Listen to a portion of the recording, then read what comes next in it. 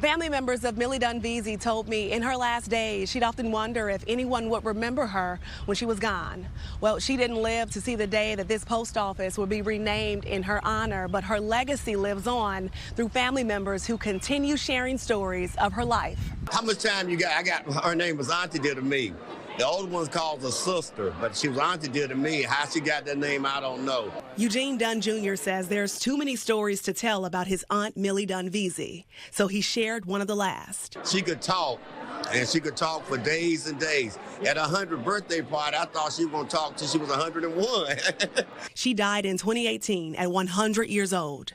Raleigh native Millie Dunn Veasey was part of the 688, the all-black female unit that served in the U.S. Army during World War II. The battalion had adopted the phrase, no mail, low morale, clearing a 3-month mail backlog and processing thousands of pieces of mail by hand each day. Eugene told me his aunt never spoke about being in the Army, but he always knew she was special. We didn't know all this until later on, but I knew she had done something. And that something was recognized today. Forward, more.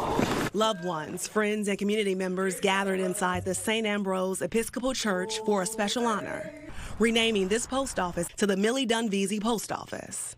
Congresswoman Deborah Ross spearheaded this effort, telling me this honor comes as the Pentagon removed the contributions of minorities in the armed forces from its websites. The fact that we could do all of this at this particular time not only honors her legacy, but preserves it for generations to come. At 78 years old, Eugenia Pleasant is Millie Dunn Veasey's oldest niece.